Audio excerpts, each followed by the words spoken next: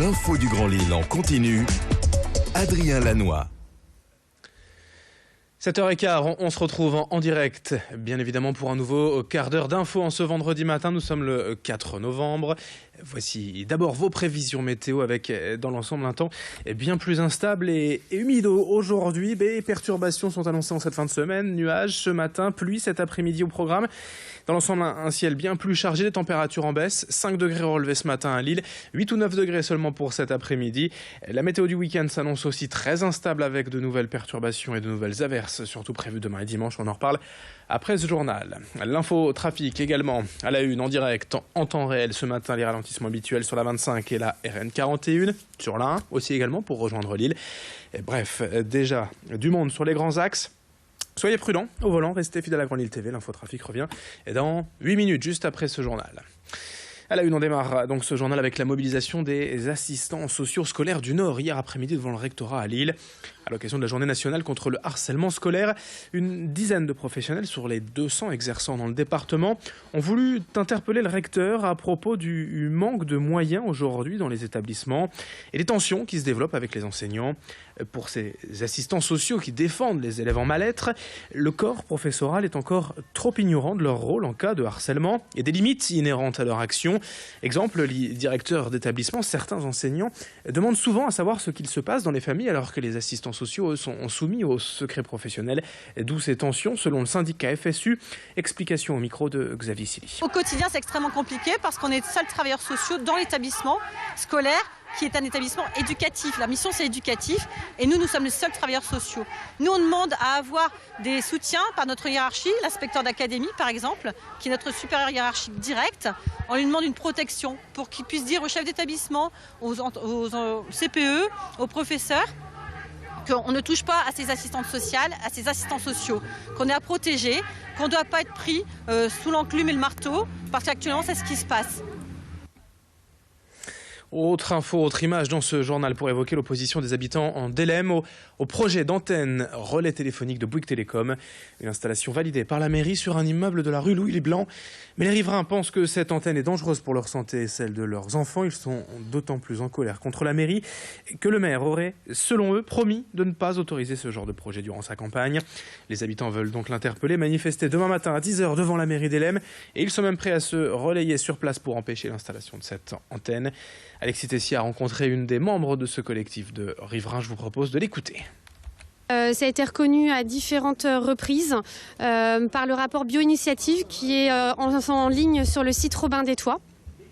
Il y a eu plusieurs cas également où des antennes ont été démontées. Le cas d'une antenne Bouygues Télécom à côté d'une école maternelle à Lyon où il y a eu 4 cas de leucémie qui ont été prouvés suite aux ondes électromagnétiques. Voilà, il y a différents cas un peu partout, que ça soit dans le monde. En bref, une femme d'une 60aine d'années est décédée mardi sur le parking du centre hospitalier de Lille. Elle sortait d'une hospitalisation programmée de 24 heures à l'Institut Cœur-Poumon et aurait fait un malaise en rejoignant sa voiture. Le SAMU est rapidement intervenu mais n'est pas parvenu à la réanimer. À Lille, le marché de Noël est en cours d'installation. Place Riour, l'ouverture est prévue dans 2 semaines, le 18 novembre. Et forcément, comme ailleurs, la sécurité sera hautement renforcée cette année, à tel point que la Fédération lilloise du commerce avait un temps envisagé d'en faire payer l'entrée. Il faut dire que le plan de sécurité en question devrait lui coûter la bagatelle de près de 80 000 €, mais les commerçants lillois se sont finalement ravisés et le marché sera bien gratuit. Reste à obtenir aujourd'hui l'autorisation du préfet et prochainement.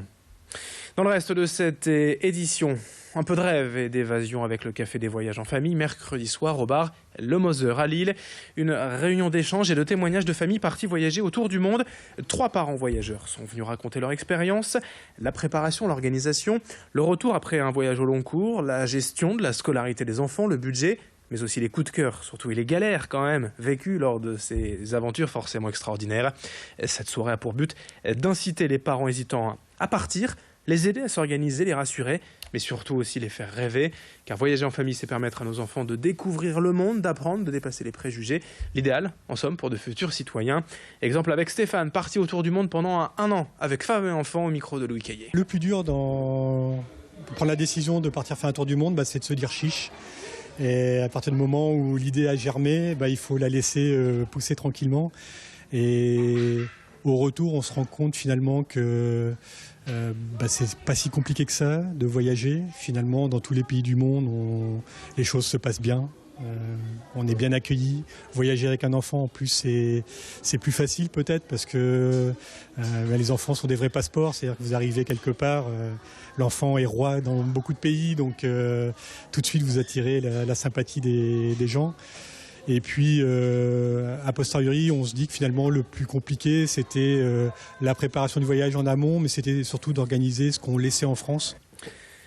Le sport aussi dans l'actualité du jour et de ce week-end avec le Vendée Globe, la course en solitaire autour du monde. Ce dimanche au départ des Sables d'Olonne.